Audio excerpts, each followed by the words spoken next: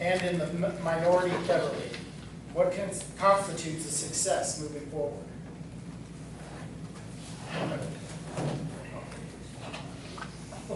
So let's be real about this. I mentioned that I knew about the State House and I knew about Mr. Smith goes to Washington. One of the things I didn't know is if you don't have the votes, you just go along for the ride. And if you won your district by 40 votes, it was a close race, right? But for whatever reason, no matter if you're a Democrat or a Republican, it seems like we just continue to vote party line. And so what I try to do, what I realized the next year, what I can do is try to be in the room where the conversation is happening and to ask the questions, because I'm really big on, if you're going to give me a declarative statement like this Medicaid cut, we just take a pain cut or tighten our belt for a while, it's going to better off in the future. Well, then I'm going to follow up with, okay, how do you know this and why do you believe that to be the case? Because if not, then this is not an argument of substance. And so I try to go up there and ask questions. I'm known to be at the well maybe more than I need to, but that's what I feel is obligated. Because again, I was raised by 2 Republicans, and yet I'm a Democrat. I was raised with the idea that, okay, you have an opinion, and you have an opinion, and my job as a representative is to represent both of you if they're different, and to try to find a common ground. So that's where we can focus on, is to remind and be in the room where it happens, and just to be a reliable source. For example, 800,000 Kansans live in a low-income, low-access to food area. 800,000 Kansans. That's food deserts that are just going to grow, but yet this new bill cuts SNAP benefits. 14% of our children don't even know if they're going to have food. They're fearful of food. Can you imagine that? That you don't have food. SNAP benefits will cut that. So these are the questions that I try to pose and ask. I'm not about making bills bad. I'm about making the bills better, knowing where I sit in that State House. Thank you. It's Chehalis. What do you feel like must be done to win the hearts and minds of the next generation of voters? Millennials and Gen Z are relatively divided voting bloc. What kind of policy changes can unite them? So take my view of things with a grain of salt because I go to a very Indigenous-led school. But I feel like a lot of younger voters are very concerned with, very existential crises that are unprecedented and are constantly being pushed as an issue within their lifetimes. The climate crisis especially.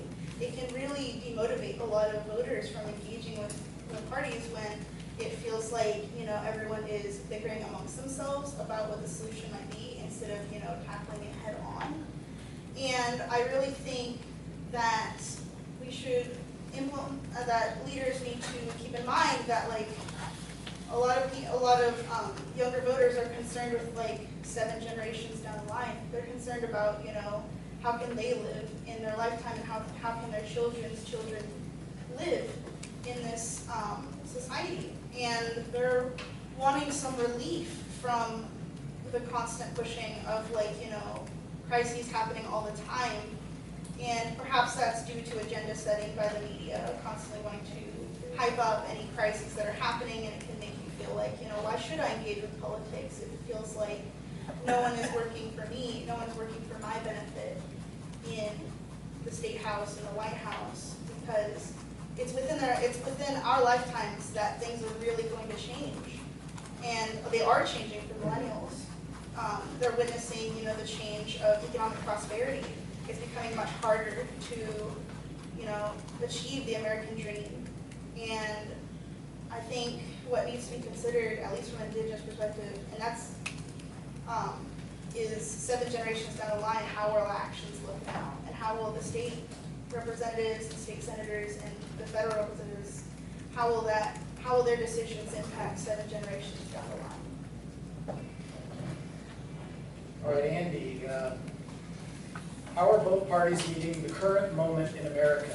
What strengths and weaknesses do you see, and how can they better represent all Kansans?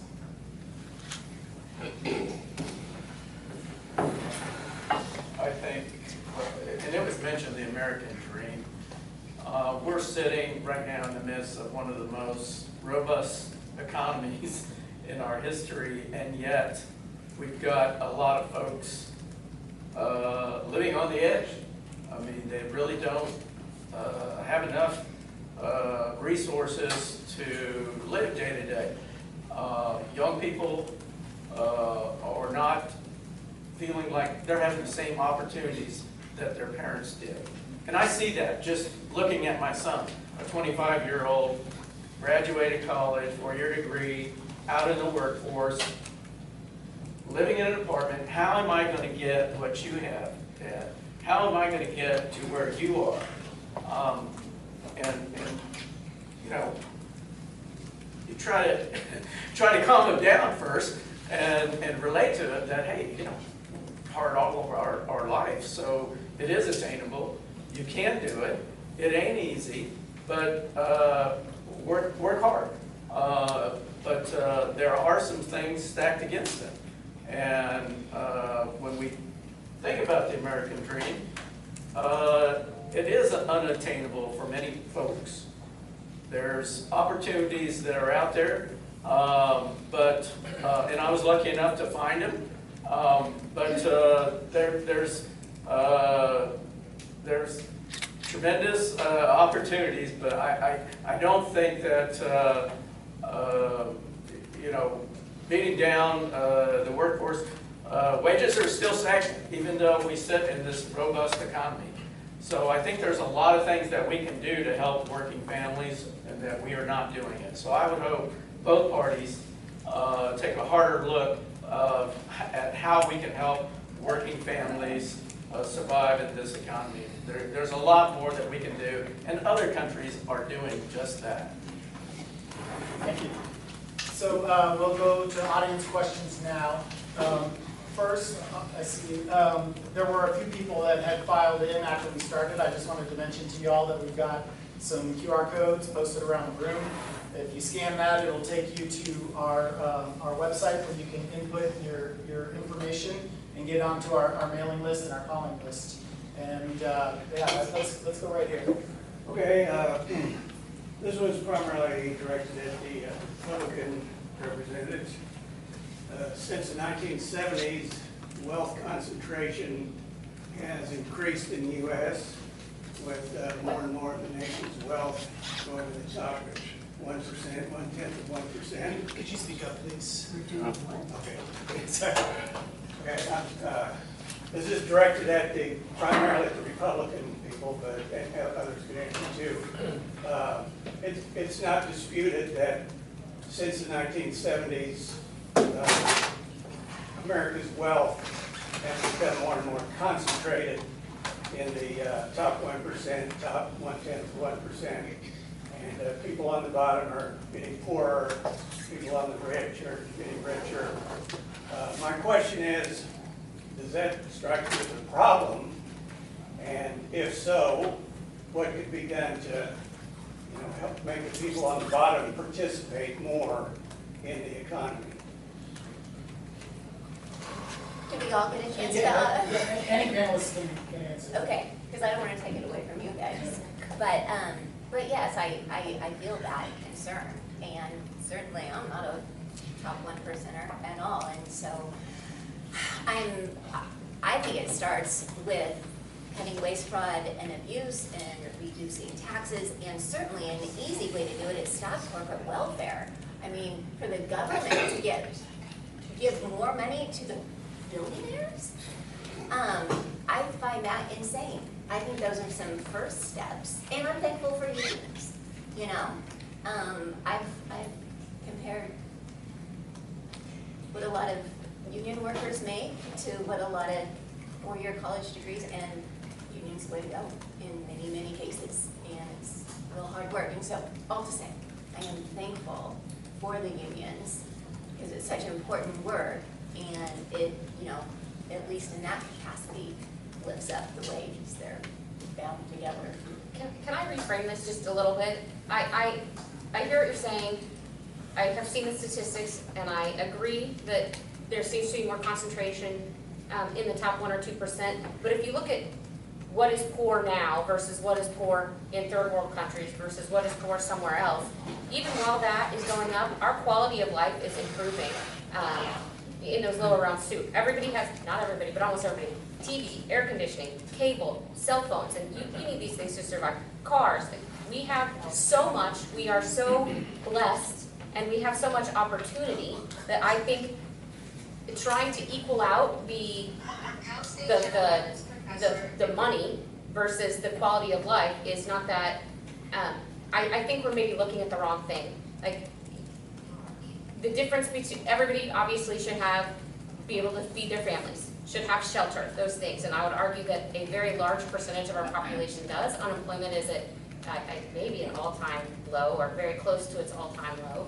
And so when we have this discussion about the wealth being up here and the poor being down here, some of it should be based on quality of life. At some point, I imagine Elon Musk, there's nothing more he can buy to make his life better. Like, maybe he buys the plushest carpet and I have to buy the builder grade carpet, but we are still living in an amazing time, in an amazing place with the opportunity to do amazing things. So leave that there. We all have something to aspire to, I guess. I'm a Pollyanna.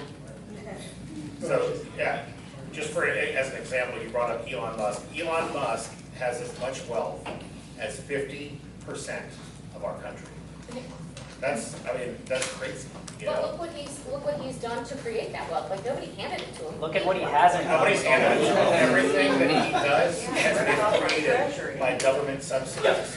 The internet was created by the government. The space program was created by the government. He's getting all of these subsidies. Like, when you say corporate welfare, I mean, that's corporate welfare.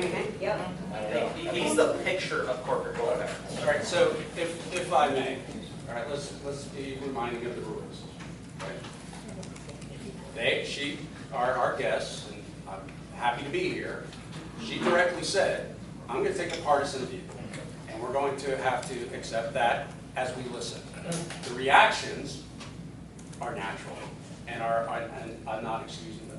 But we're not going to get through all the questions if we continue to push back on everything. I will add one thing to this, since I have the attention of the room now. I will add a thing to this, is that yes, we do live in a great country. Yes, we are far more prosperous than we were when the country was formed. But if you look at the statistics and you go back to proving it, why is that the case? Let's take an example that in 2020, 98% of the college graduates, when they finished, were employed after 6 months. But if you look deeper into that, college graduates are having to work more part-time jobs and are not finding the opportunities in the industry that they pursue. Perhaps they chose the wrong degree. That's fair enough to argue. But I want to circle back on that as why. Why is that the case? How can we make it better? Keep one thing in mind. Kansas, going back to our state, has the worst brain drain out of all the states in the country. You line 10 students up, graduates, 6 of them are going to be gone in 6 years to other states. We have to address those issues so we can make sure we're prosperous. So, thank you. Would anyone else on the panel like to take this one? Go ahead. I'm glad you brought the subject up, because there's a huge problem here with the widening gap of wealth. And what when a corporate CEO makes 300 times what the average worker makes, and I think that's a problem. And we've got to do something to bring that gap closer together. Because they do it on the backs of workers. They get rich on the backs of workers. And if we talk about the big, beautiful bill again, I believe there's a $5 trillion tax break to the people that don't need it. We're talking about billionaires. And that is a huge gift, and nobody understands why, but it's in the bill. But like I say, there's tremendous opportunities, but then why do we have young folks graduating with degrees not jumping into the workforce? It's because we're not investing in the things that we should be, and that's people. That's infrastructure. that's research, that's technology. Those are the education, those are the things we should be investing in, and people. Anyone else, or we go on to other questions? So I saw a hand here, and then a couple back there, and then you. Go ahead, Greg. So, I find it very interesting that we're talking about fraud and abuse when we cut general inspectors, who are the people who find fraud and abuse. Like we talked about SNAP benefits and how like the big beautiful bill benefits farmers, but SNAP benefits are actually a subsidy for farmers, right? Like that's money that ultimately ends up in their pockets. So I'm just very curious where this confidence comes from that we will find fraud and abuse or somehow cut it when we remove the people who are supposed to actually go after that. Well, I think we could really dig in, but dare I say, USAID is taking money from poor people in rich countries and giving it to rich people in poor countries. We found Doge has found ridiculous spending that was really not going to help people that needed it. So, an organization was created to find that and get rid of it. I just in Kansas, we have an inspector general. He finds millions of dollars of fraud every year in Medicaid. And it's up to the legislature, I'm not throwing you guys under the bus, but it is up to the legislature and the agencies then to implement them. And many times, he writes a report saying, we found this fraud if we made these changes. We tweaked this system, didn't do this, didn't do that. We would cut this much in fraud and abuse. We try to go back and get some of that money back, and sometimes we get a little bit back. We get 5,000 back, or get a handful back. But he recommends changes in Kansas. This is a state thing. He recommends changes in Kansas, and then he writes a report. It goes in a binder somewhere. He reports it to the Bethel committee, and then sometimes the changes get passed, and sometimes they don't. Part of that's the legislative process is a difficult one, and part of that is there's pushback from agencies who don't want to make any changes. They can do some things regulatory that they refuse to do. So I'm not sure I agree with the premise that just because we cut people who find fraud means we won't find fraud and be able to make those changes. We need to maybe come up with different ways to do the same things, but what we were doing before wasn't actually necessarily resulting in reducing the fraud. It was just finding it maybe and writing it down in a report, sending it in a binder. Anyone else? Yeah, I agree, with where you're coming from on this, because the way that I've always looked at it is, if there was all this fraud and abuse, how come nobody's been arrested? I mean, if there was fraud that was actually happening, people should be going to jail, they should be getting punished, and then the numbers kept changing, right? I mean, and I know that makes it, in my day job, my boss, he was like, what Musk is doing is great with Doge, and there's this website, but the website was just always changing, and so I think that's where maybe some of the mistrust comes from on the subject, is because the numbers keep changing, and in my mind, if there was fraud, somebody should be going to jail, and I haven't seen it yet. We have just one quick clarifying clarifying follow-up question. on this waste and between fraud and abuse. There's a huge distinction to be made between waste and fraud, right? And virtually all of the fraud that occurs in the Medicaid program is done by providers, not by people receiving services. So the logic of creating administrative hurdles that in effect cause mass de-enrollment in Medicaid in order to combat fraud doesn't make any sense, because that's not where the fraud is occurring. Could you just respond to that? Well, what would you recommend? I know you're a reporter, so you clearly covered this. What would you recommend?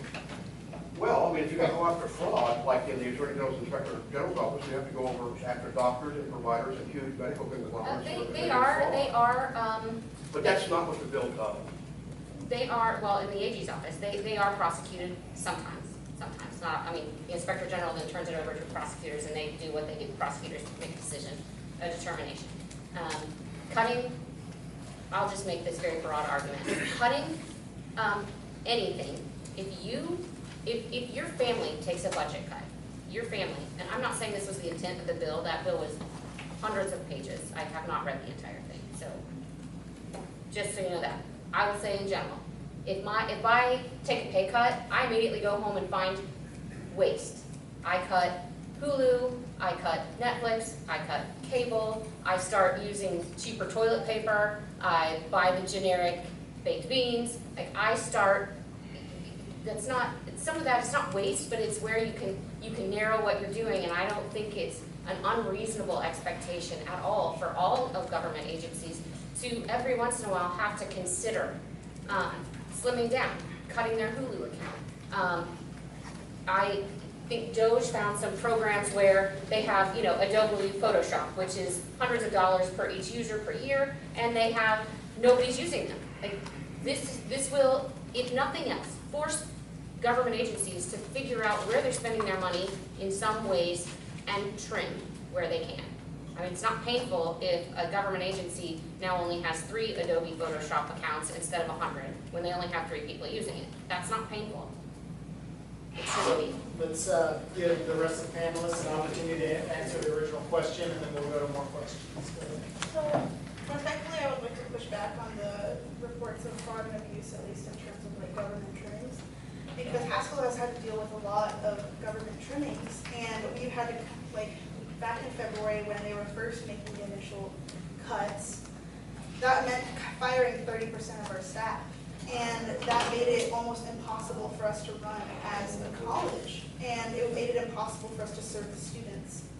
And that, when you address waste and fraud like that, and that made it almost impossible for us to even utilize Haskell as a resource, because Haskell is an enormous resource for Indigenous students. It is a boon to Indian country to even have an affordable university. And it solemnly swears that the government is looking out for Indigenous people, because if you don't know, we're domestic dependent nations. And in giving up rights to our land, that meant that the U.S. would protect our right to health, safety, and education. And Haskell falls directly underneath education. And when the cuts happen, that made a lot of students, feel like the government isn't looking out for them. That they're kind of recklessly making cuts without seeing exactly who it affects.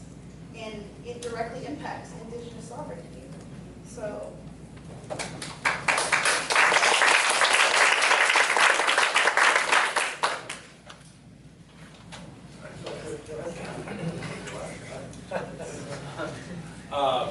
Look, here's the thing about, and I teach this in my business class. When it comes to ethics, we are raised between knowing what is right and what is wrong. Well, when it comes to business and organizations, they make the choice between what is right and what is possible, right? So if there's not a degree of accountability by the state, which is what the state's government, local government's job is to regulate and deregulate so you can live the quality of life you deserve. If they don't have the opportunity to keep them accountable, then yes, we need to circle back and ask why. Why are we being inefficient with that?